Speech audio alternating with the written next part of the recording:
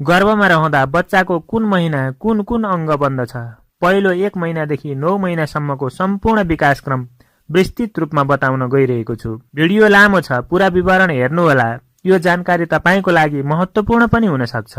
गर्भको पहिलो महिनाको पहिलो हप्ता शुक्रकीट र डिम्बको फालोपियन नलीमा यसरी भेट भई निषेचन पश्चात यसरी जाइगोटको रूपमा विकास हुँदै क्रमशः पाठेघरमा आई अण्डा यसरी बस्दछ। यो प्रक्रिया 1 हप्तामा कम्प्लिट हुन्छ भने बाँकी पहिलो महिनाको 3 हप्ता भ्रूणको तीव्र रूपमा विकास हुन लाग्छ। यो 3 हप्ता अति महत्त्वपूर्ण दिनहरू हुन्छन् जब पाठेघरमा आई अण्डा इम्प्लान्टेसन हुन्छ र इम्ब्रियो तयार हुन्छ। त्यति बेला तपाईको महिनावारी रोकिएर जाँच गर्दा प्रेग्नेन्सी टेस्ट पोजिटिभ आउँछ। जब तपाईको खुसीको सीमा रहँदैन त्यति बेलासम्म पाठेघरमा अण्डा इम्प्लान्टेसन भएको ठाउँमा एउटा सानो पानीको फोका बनिसकेको हुन्छ र गर्भनाल पनि तयार भइसकेको हुन्छ, जुन पानीको थैलोभित्र बच्चाको 9 महिना बित्छ र गर्भनालले बच्चालाई आवश्यक अक्सिजन, पोषक तत्त्व तथा अन्य आवश्यक वस्तुहरू आमाको माध्यमबाट परिपूर्ति गर्ने गर्छ।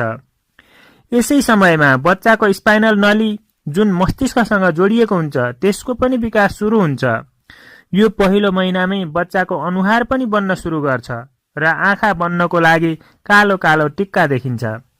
त्यसैगरी यो पहिलो महिनामै घाँटी मुख बन्नको लागि सुरुवात भइसकेको हुन्छ।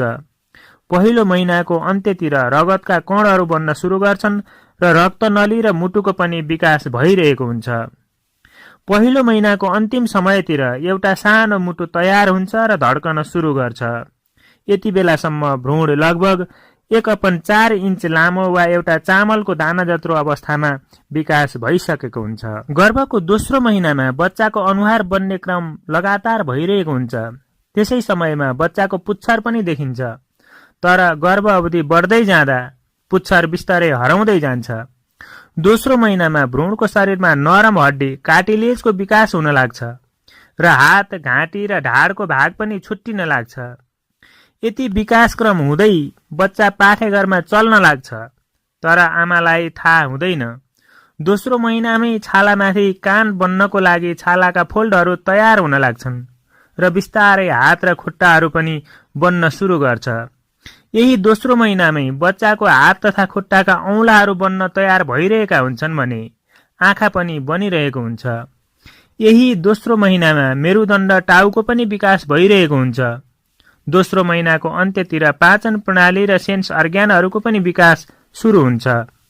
यही समयमा कार्टिलेज र हाडहरूको पनि विकास हुन लाग्छ भने बच्चाको टाउको उसको शरीरभन्दा ठूलो भएको हुन्छ।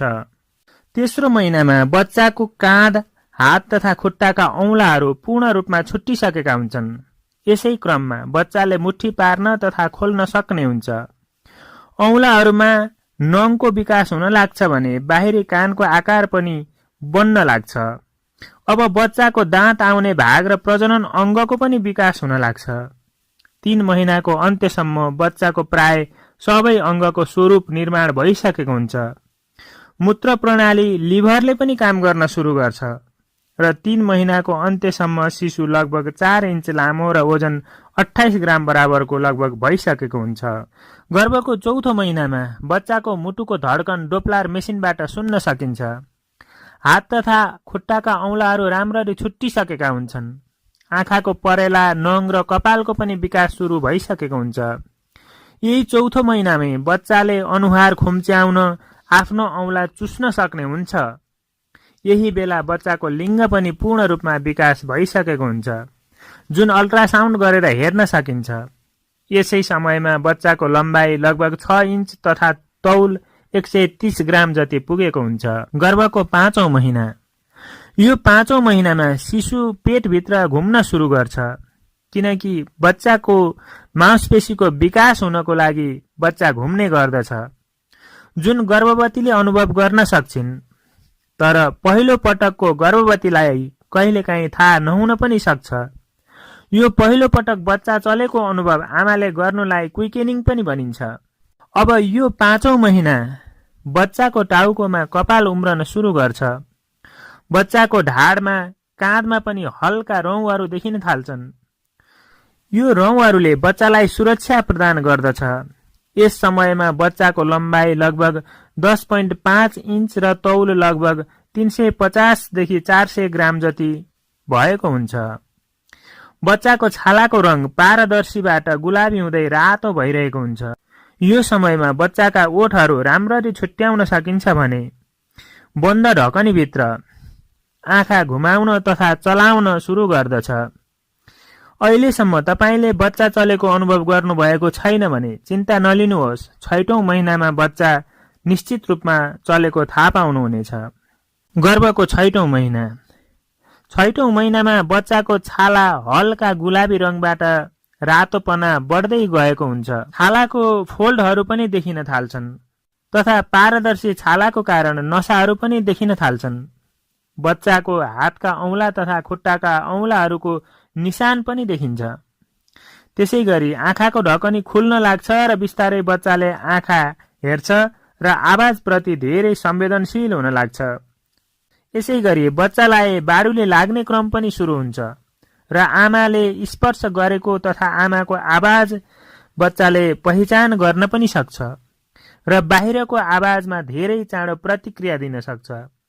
यस बेला बच्चा लगभग 1100 ग्राम र लम्बाइ 15.5 इन्च जति भएको हुन्छ। यो समयमा बच्चाको कडा हाडहरूको पनि विकास हुँदै गएको हुन्छ। गर्भको 7औं महिना। गर्भको 7औं महिनासम्म बच्चाको धेरै नै विकास भइसकेको हुन्छ। बच्चाले आफ्नो आँखा खोल्न पनि सक्छ र बन्द गर्न पनि सक्छ। जब तपाईले आफ्नो पेटमा टर्च बाल्नुहुन्छ भने बच्चा उज्यालो हेर्नको लागि पेटमा घुम्ने गर्छ, जुन तपाई अनुभव गर्न सक्नुहुन्छ। यसै समयमा बच्चाको शरीरमा भएका रौँहरू अब कम हुन लाग्छन्। बच्चा अब नवजात शिशुको रूपमा देख्न सकिन्छ। जस्तै छालाभित्र बोसो बन्न सुरु गरेको हुन्छ भने बच्चाको छालाको रङ पनि धेरै रातोबाट हल्का गुलाबी हुन लाग्छ।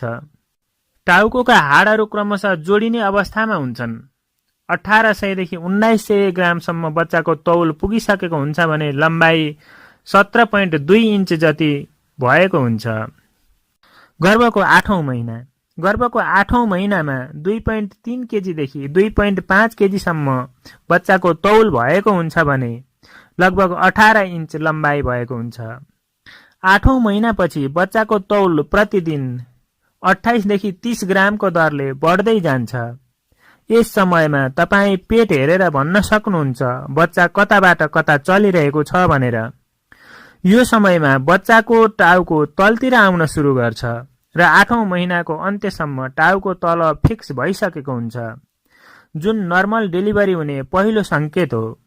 यसै समयमा पाठेघरमा भएको एम्नियोटिक फ्लुइड अब बिस्तारै कम हुन लाग्छ। यसको मतलब अब तपाईको गर्भ अवधि चाँडै खत्तम हुँदैछ भन्ने हो। तर पुरै फ्लुइड भने सकिँदैन। बच्चाको विकास तथा जन्मको लागि पनि केही फ्लुइडको आवश्यकता हुन्छ।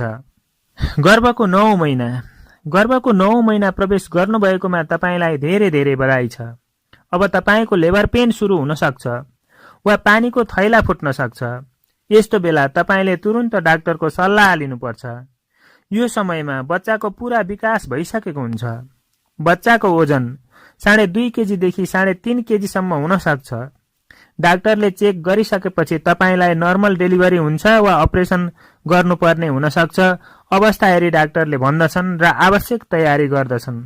आजको हेल्थ टिप्स तपाईलाई कस्तो लाग्यो? राम्रो लागेको छ भने लाइक, कमेन्ट र शेयर गर्न पनि नभुल्नु होला। तपाईं यो हेल्थ टिप्स हेर्दै हुनुहुन्छ र सब्स्क्राइब गर्नुभएको छ भने तपाईलाई विशेष धन्यवाद। यदि सब्स्क्राइब गर्नुभएको छैन भने तल रहेको सब्स्क्राइब बटनमा एकपटक क्लिक गर्नुहोस् र नजिकै रहेको बेल आइकनमा क्लिक गरी अलमा क्लिक गर्न पनि नबिर्सनु होला, किनभने नयाँ हेल्थ टिप्स आउने बित्तिकै सबैभन्दा पहिला तपाईले हेर्न पाउनुहुनेछ।